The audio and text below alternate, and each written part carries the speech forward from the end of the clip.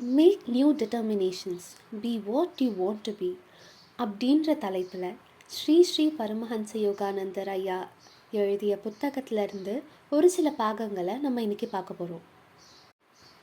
You have no greater friend and no greater enemy than yourself. If you befriend yourself you will find accomplishment. நமக்கு நம்மளை விட பெரிய எதிரியும் இல்லை, பெரிய நண்பனும் இல்லை. நமக்கு இருக்கிற பெரிய எதிரியும் நம்ம தான், நமக்கு இருக்கிற பெரிய ஃப்ரெண்டும் நம்ம தான். ஸோ நம்ம எப்போ நம்மளை ஒரு நல்ல ஃப்ரெண்டாக, நல்ல ஒரு நண்பனை ஆக்கிக்கிறோமோ அப்போ நம்மளால் நினச்சதெல்லாம் சாதிக்க முடியும் அப்படின்னு சொல்கிறாங்க. It is your will power that is going to determine what you are able to do and nothing else. Not your past habits, not your past karma, not your horoscope. நம்மளால் இது முடியாது, இதை செய்ய முடியும், இது செய்ய முடியாது அப்படின்றத நிர்ணயிக்கிறது நம்மளுடைய கடந்த கால பழக்க வழக்கங்களோ இல்லை கடந்த கால கர்மாக்களோ அல்லது நம்மளுடைய ஜாதகம், ராசி பலன், இது எதுவுமே கிடையாது. நம்மளுடைய வில் பவர், அதாவது நம்மளுடைய இச்சா சக்தி தான் இதை என்னால் செய்ய முடியாது அப்படிங்கிறத நிர்ணயிக்கிறது அப்படின்னு சொல்கிறாங்க. God is your will.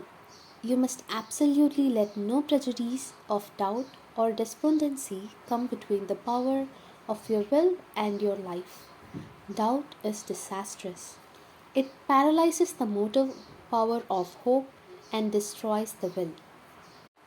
நம்ம எந்த ஒரு புது முயற்சி எடுக்கும் போதும் 2 விஷயத்தை கம்ப்ளீட்டாக தவிர்த்தரணும் அப்படின்னு சொல்கிறாங்க. ஒரு விஷயம் சந்தேகம், அதாவது நம்ம முன்னாடியே வேறு ஏதாவது முயற்சி பண்ணி அதில் நம்ம ஃபெயிலியர் ஆகிட்டோம், அதாவது அதை நம்ம சாதிக்க முடியாமல் போயிடுச்சு அப்படின்னா ஒருவேளை நம்ம இப்போ எடுக்கிற முயற்சியும் அந்த மாதிரி நடக்காமல் போயிடுமோ அப்படின்ற சந்தேகம் கண்டிப்பாக இருக்கக்கூடாது. அதே மாதிரி நமக்கு நான் ஆல்ரெடி இதை நான் பண்ணேன், அப்போவே நடக்கலை, இப்போ மட்டும் நடந்துருமா அப்படின்ற விரக்தி, இது ரெண்டுமே நம்ம எப்போ எதையாச்சும் புதுசாக ஆரம்பிக்கும் போதும் வரவே கூடாது அப்படின்னு சொல்கிறாங்க. டவுட் இஸ் டிசாஸ்ட்ரஸ் அப்படின்னு என்னது? சந்தேகப்படும் தன்மை அப்படிங்கிறது அழிவுக்குண்டான தன்மை. நம்ம மனிதர்களுக்குன்னு ஒரு சில சக்திகள் இருக்குது. நம்ம நினச்சதை நிச்சயமாக நம்மளால் சாதிக்க முடியும். இந்த சந்தேகம் அப்படின்ற தன்மை இருந்தால் அது அந்த சக்தியே செதஞ்சு போயிடும் அப்படின்னு சொல்கிறாங்க. If will power is impaired, you have ruined your engine of accomplishment. Faith can accomplish anything, and doubt can destroy everything. Under no circumstances allow yourself to become the victim of doubt. ஐயா என்ன சொல்கிறாருன்னா, will power அல்லது இச்சா சக்தி அப்படிங்கிறது நம்ம எது சொன்னாலும் எது கேட்டாலும் செஞ்சு கொடுக்கக்கூடிய ஒரு மெஷின் அல்லது ஒரு இன்ஜின் மாதிரி ஒரு சாதனம். இது நம்ம என்ன பண்ணுறோம், நம்ம சந்தேகப்படும் தன்மையினாலோ அல்லது நம்ம நம்பிக்கையின்மை அப்படின்ற தன்மையினாலோ அந்த சாதனத்தை, அந்த மெஷினை நம்ம ரிப்பேர் பண்ணிடுறோம், செயலிழக்க வைக்கிறோம். நம்பிக்கை அப்படிங்கிற ஒரு விஷயம் எதையுமே செஞ்சு கொடுக்க முடியும். அதே நேரத்தில் சந்தேகப்படும் தன்மை அப்படிங்கிற ஒரு விஷயம் எதையுமே செதைச்சு கொடுக்க முடியும்.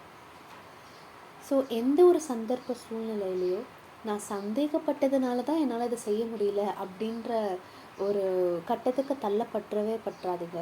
அதாவது எந்த ஒரு சூழ்நிலையிலையும் சந்தேகத்தை வச்சுக்காதீங்க.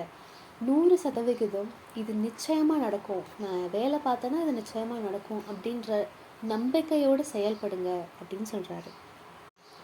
God's thought is the essence of everything. It is living. It is infinite. Out of the infinite vastness, everything has been drawn. God pulls a thought out of his consciousness and that thought becomes a living being.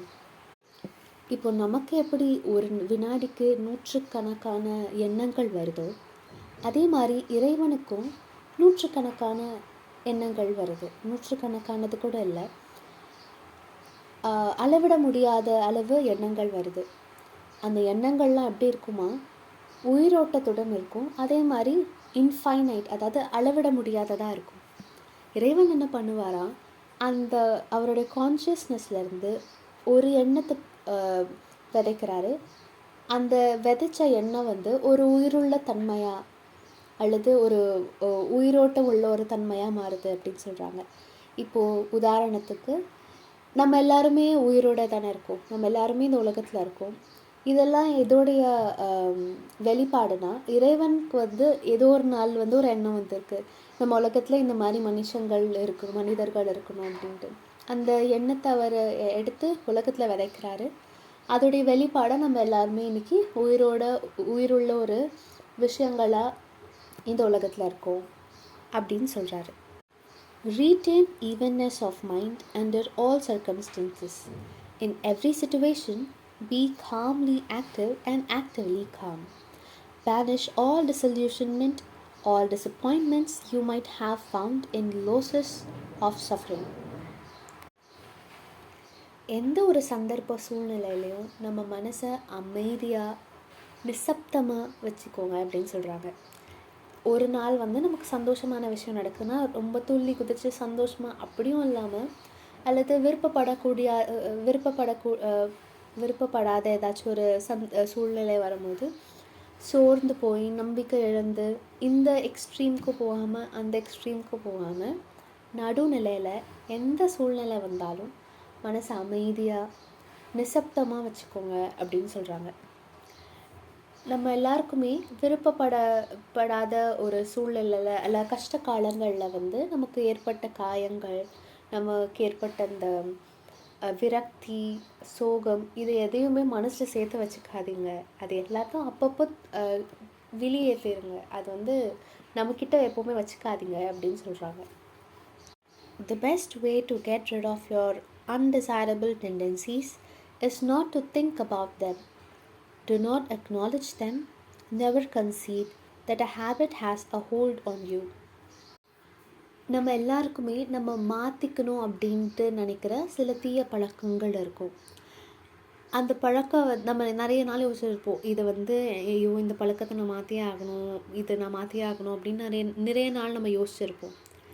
அந்த தீய பழக்கங்கள்லாம் இதை என்னை விட்டு போகணும்னு யோசிக்கும் போதோ, அல்லது இது என்னுடைய பழக்கம் அப்படின்ட்டு அந்த பழக்கத்தோடு உங்களை அடையாளப்படுத்திக்கும் போதும் அந்த பழக்கம் உங்களை விட்டு போகிறது கிடையாது.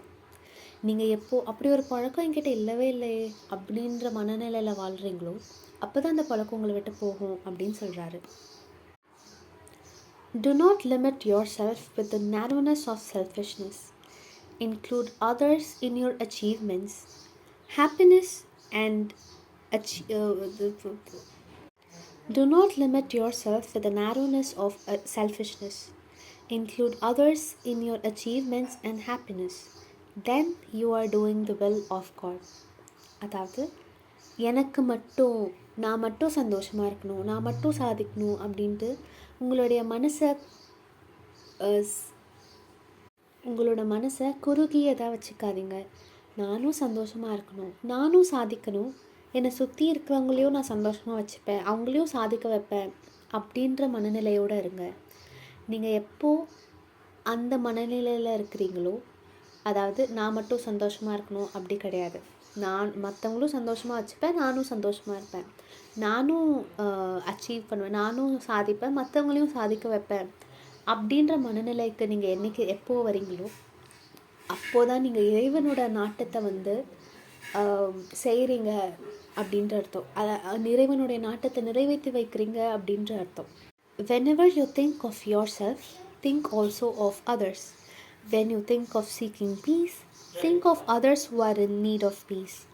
If you do your utmost to make others happy, you will find that you are pleasing the Father. நம்ம எல்லாருக்குமே நம்ம தான் நம்மளுடைய முதல் முக்கியமாக இருப்போம். நமக்கு தான் நம்ம முக்கியத்துவம் நிறைய கொடுப்போம். நான் நல்லா இருக்கணும், நான் சந்தோஷமாக இருக்கணும், நான் இதை சாதிக்கணும், நான் நல்லா சாப்பிட்ணும் அப்படின்ட்டு எப்போவுமே நம்ம எப்போல்லாம் சும்மா இருக்கோமோ அப்போல்லாம் நம்ம வந்து நல்லா இருக்கிறதுக்காக நம்ம நல்லா இருக்கிறதுக்கு என்னெல்லாம் பண்ணலாம் அப்படின்ட்டு நம்ம யோசிப்போம். ஐயா என்ன சொல்கிறாருன்னா, நீங்கள் உங்களுக்காக யோசிங்க, அதே நேரத்தில் உங்களுக்காக யோசித்து முடிச்சுட்டு உங்களை சுற்றி இருக்கிறவங்களுக்காகவும் யோசிங்க. உங்களை சுற்றி இருக்கிறவங்கள நம்ம எப்படி சந்தோஷமாக வச்சுக்கலாம், அவங்களுடைய முன்னேற்றத்துக்கு என்ன பண்ணலாம், அவங்களுடைய முன்னேற்றத்துக்கு நம்மளால் என்ன ஹெல்ப் பண்ண முடியும், என்ன சப்போர்ட் பண்ண முடியும் அப்படின்றத பற்றியும் யோசிங்க அப்படின்னு சொல்கிறாரு. அதே நேரத்தில் நம்ம எல்லாருக்குமே நம்மளுடைய மன அமைதி அப்படிங்கிறது ரொம்ப முக்கியம். நம்ம எல்லாருமே அதை தேடி தான் ஓடிக்கிட்டு இருக்கோம். ஸோ நம்மளுடைய மனசை அமைதியாக வச்சுக்க நம்ம என்னெல்லாம் பண்ணுறோமோ, அதே மாதிரி எவ்வளோ முக்கியத்துவம் கொடுக்குறோமோ, அதே மாதிரி மற்றவங்களுடைய மனசும் அமைதியான நிசப்தமாக இருக்கிறதுக்கு நமக்கு எவ்வளோ முக்கியத்துவம் கொடுக்குறோமோ அதே அளவு மற்றவங்களுக்கும் முக்கியத்துவம் கொடுக்கணும் அப்படின்னு சொல்கிறாங்க. அப்படி கொடுக்கும் போது என்ன ஆகுது, நம்ம இறைவனையே ப்ளீஸ் பண்ணுறோம். நம்ம இறைவனை தேடி போக தேவையில்ல, இறைவனே நம்மளை தேடி அவரே இறங்கி வருவார் அப்படின்னு சொல்கிறாங்க. Be always with people who inspire you. Surround yourself with people who lift you up. Do not let your resolutions and positive thinking be poisoned by bad company. எப்பொழுதுமே நம்மளை சப்போர்ட் பண்ணி நம்மளை தூக்கி விடுற தன்மையில் இருக்கிற மக்கள்களோடு மட்டும் இருங்க. நம்மளே எதையாச்சும் பிடிச்சி மேலே ஏறி வரலாம் அப்படின்னு பார்த்தாலும் நம்மளை பிடிச்சி கீழே இருக்கிற நிறைய மக்கள்கள் நம்மளை சுற்றி இருப்பாங்க. அவங்களோட தயவுசெய்து இருந்துடாதீங்க. உங்களை எப்போவுமே பாசிட்டிவாக சப்போர்ட்டிவாக இருக்கிற மக்கள்களோட மட்டும் இருங்க அப்படின்னு ஐயா சொல்கிறாரு.